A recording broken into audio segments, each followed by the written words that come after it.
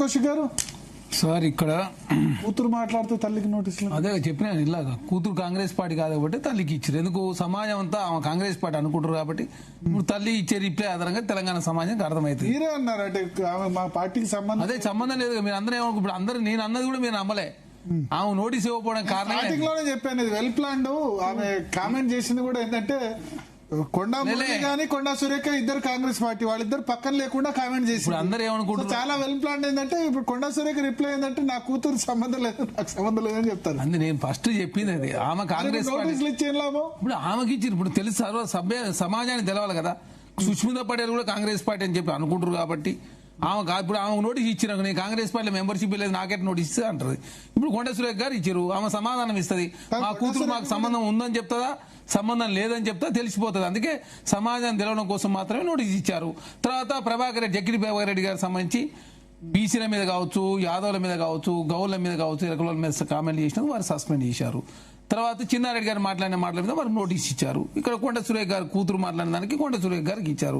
ఎందుకంటే పార్టీతో సంబంధం లేదు కాబట్టి ఆమెకి ఇస్తే మళ్ళీ ప్రెస్ మీట్ పెట్టి కాంగ్రెస్ పార్టీ మెంబర్షిప్ లేకుండా ఇచ్చిర్రు అని చెప్పేసి కాంగ్రెస్ పార్టీ మళ్ళీ అంటారు. కాబట్టి తల్లికి ఇస్తే తల్లి సమాధానంగా ఫర్దర్ గా ముందుకు పోతారు.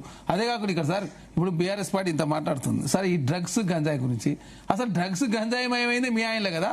అవన్నీ ఇప్పుడు ఈ కఠినమైన చట్టాలు తీసుకొచ్చి నార్కోటిక్ డిపార్ట్మెంట్ ఏర్పాటు చేసి ఇంత కఠినంగా వ్యవహరిస్తేనే పరిస్థితి ఎట్టుంది. మీ ఎమ్మెల్యే అరే మొయినాబాద్ లో pilot Rohit Reddy drugs party నిర్వహించిండు. మీ పార్టీలో ఇదో సస్పెండ్ చేయలేదు. మీరు మాట్లాడుతున్నారు భారతీయ బీఆర్ఎస్ పార్టీ నాయకులు ఏడ సస్పెండ్ చేసి సార్ 7 రోజుల సమాధానం అడిగిరు. ఇదే డిబేట్ లో మనమే మాట్లాడుకున్నాం. 7 రోజులు అయిపోయింది, 8 నెలలు అవుతుంది. ఇప్పటి వరకు చర్యలు అతి గతి లేదు. జస్ట్ నోటీస్ మాత్రమే ఇచ్చారా. నోటీస్ రిప్లై 7 రోజులు అన్నారు. రోహిత్ రెడ్డి గారిని తాండూరు పార్టీ ఇన్ఛార్జ్ గా పీకేసి అక్కడ వేరే వ్యక్తిని పెట్టిన పార్టీని సస్పెండ్ చేయలే కదా. పార్టీని సస్పెండ్ ప్రాథమికమైన మెంబర్షిప్ సస్పెండ్ చేయాలి కదా. ఎవరు పెట్టారు అక్కడ ఆయన ఎవరో ఉన్నారు వాళ్ళకి సంబంధించినటువంటి వ్యక్తి అక్కడ లేదే మన కూడా పంచాయతీ అయింది. వాళ్ళు ఇప్పుడు మీరు ఇచ్చింది ఎందుకు నోటీస్ ఇచ్చారు 7 రోజులలో. 7 రోజులలో అతి గతి లేదు, అది కంటిన్యూ అయింది. ఎందుకు రోహిత్ రెడ్డి గారు బయట సస్పెండ్ చేస్తే వాళ్ళకి సంబంధించి అంతర్గతంగా కేటీఆర్ గారికి సంబంధించి కావచ్చు, బీఆర్ఎస్ పార్టీ సంబంధించి కావచ్చు, మొయినాబాద్ ఫామ్ హౌస్ అయితే గుర్తుంది ఇన్ఛార్జ్ గా వేరే వాళ్ళని పెట్టారో లేదో నాది. ఎక్కడ సస్పెండ్ చేసి సార్ ఎక్కడికి సస్పెండ్ చేసారు? సస్పెండ్ చేయలేదు వాళ్ళని. ఆయన సస్పెండ్ చేసినా తొలగించి ఉండొచ్చు అక్కడి నుంచి, కానీ సస్పెండ్ చేయలేదు. పార్టీ ప్రాథమిక సభ్యత నుంచి పైలట్ రోహిత్ రెడ్డి గారు సస్పెండ్ చేయలేదు. అర్థం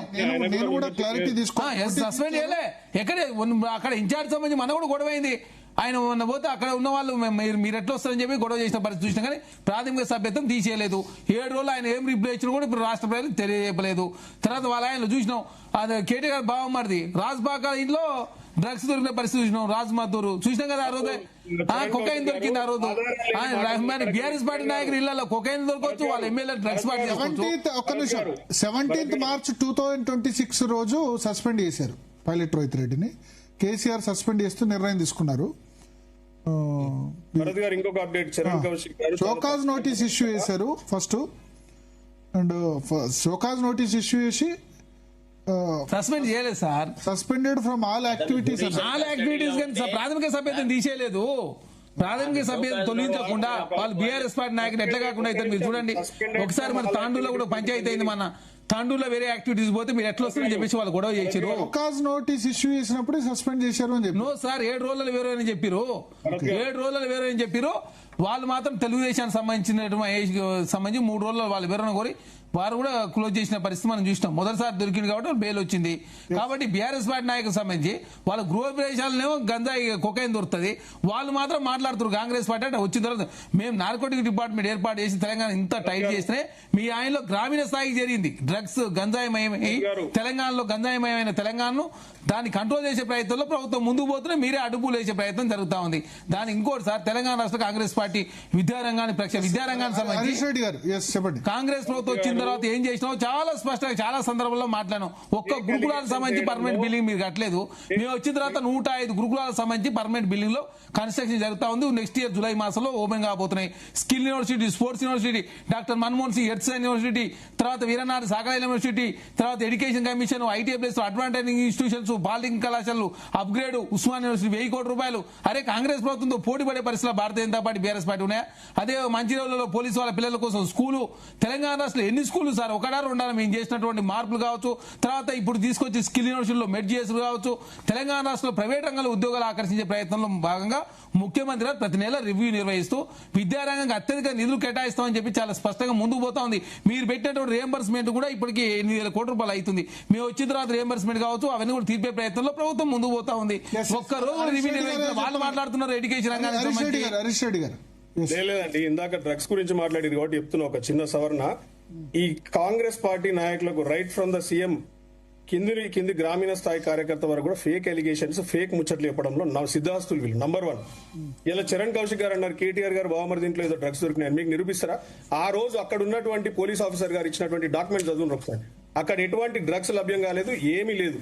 వాళ్ళ ఇంట్లో సొంత పార్టీ చేసుకున్నారండి వాళ్ళ కుటుంబ సభ్యులు. ఎవరో బయట నుండి వచ్చిన ఒక వ్యక్తికి పాజిటివ్ వస్తే ఆయన కూడా తీసుకుపోయి అదేంది టెస్ట్ చేసిర్రు. అది తప్ప ఇంతవరకు అక్కడ వాళ్ళ కుటుంబీకులు కానివ్వండి, ఆ ఇంట్లో కానివ్వండి ఎటువంటి మెటీరియల్ దొరకలేదు, సబ్స్టెన్స్ దొరకలేదు. మీరు ఎలా ఇట్లా బట్టగాల్సి మీదేస్తారు నాకు అర్థం కాదు సార్. 24 గంటల లోపు బ్లడ్ శాంపిల్ లో వస్తే గుర్తుపెట్టుకోవాలి, యూరిన్ శాంపిల్ కాదు బ్లడ్ శాంపిల్ వచ్చింది. ఆ తర్వాత సార్ అది అక్కడనే వాళ్ళ బామ్మర్దులు ఎందుకు అరెస్ట్ చేశారు? దానికి సంబంధించి చట్టం ప్రకారం ముందుకు పోతారు కదా సార్. దయచేసి అర్థం చేసుకోవాలి. అరే ఇప్పుడు మహేష్ అనే వ్యక్తి ఉన్నాడు ఎంపీ సార్, మహేష్. నాకున్న ఇన్ఫర్మేషన్ ఏంటంటే ఆ పార్టీలో పాల్గొన్న వాళ్ళకి ఎవరికో డ్రగ్స్ పాజిటివ్ వచ్చింది. వాళ్ళు అదే సార్ రాజు మద్దూరుకు వచ్చింది, రాజు బాగా రాలే కదా చెప్తున్నా, అదే చెప్తున్నా రాజు మద్దూరుకు వచ్చింది. ఇప్పుడు మీరు ఒక 100 మందితో పార్టీ చేస్తారు, వాళ్ళు ఎక్కడో ఎప్పుడో 10 సంవత్సరాల క్రితం డ్రగ్స్ తీసుకుంటారు, దానిలో పాజిటివ్ సార్. ఇది దయచేసి ఆ సందర్భంగా మనం కూడా డిబేట్ పెట్టుకున్నాం. 24 గంటల లోపు యూరిన్ లో తీసుకునేది 24 గంటలు మాత్రమే ఉంటది. ఆయనది వచ్చింది యూరిన్ లో పాజిటివ్ వచ్చింది, బ్లడ్ లో శాంపిల్ అంటే ఎక్కడో తీసుకునే ఉండొచ్చు. అరే నిపుణులతో చర్చించిన తర్వాత మనం మాట్లాడింది. కాబట్టి దయచేసి గుర్తు మహేష్ అనే పుట్ట మహేష్ తీసుకున్నాడు, ఫస్ట్ సార్ దొరికినందుకు చట్టం ప్రకారం వాళ్ళ బెయిల్ ఇచ్చి పంపి. మరి చట్టంలో ఉంది, చట్టానికి ఎవరైనా అతిథులు కాదు కదా.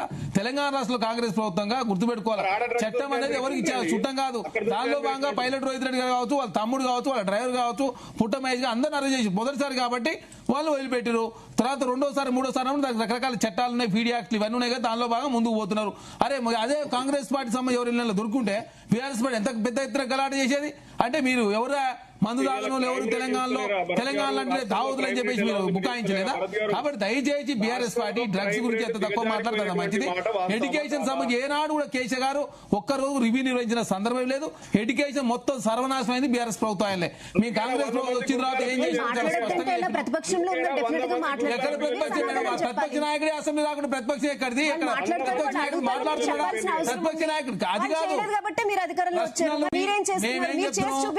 ప్రశ్నలు మేడం అదే నిర్మూలించగలిగారా?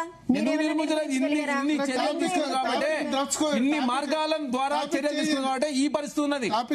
డ్రగ్స్ గ్రామీణ స్థాయికి పోయింది మేడం. పంజాబ్ కు వచ్చిన పరిస్థితి తెలంగాణ రాష్ట్రంలో వచ్చింది. నేనే కేసీఆర్ 3వ సారి ముఖ్యమంత్రి అయి ఉంటే తెలంగాణ మొత్తం సర్వనాశనం అయిపోయేది. మొత్తం డ్రగ్స్ మయం గంజాయిమయం అయిన తెలంగాణను బాగు చేసే ప్రయత్నంలో భాగంగా రకరకాల నార్కోటిక్ పార్టీ ఏర్పాటు చేసి ఒక ప్రత్యేక విభాగాన్ని ఏర్పాటు చేసి ముందుకు పోతుంది కాంగ్రెస్ ప్రభుత్వం. మాతో పోటీ పడే పరిస్థితిలో బీఆర్ఎస్ పార్టీ ఉందా? ప్రశ్నలు మీ సమాధానం మాదని చెప్తున్నా. మేము భయపడతలే, పారిపోతలే. మీరు ప్రశ్నలు ఏంటి, సమాధానం. 9.5 సంవత్సరాలు మీ పరిపాలన, 2.5 మాది నరేంద్ర మోడీ గారు 12.5 సంవత్సరాలు.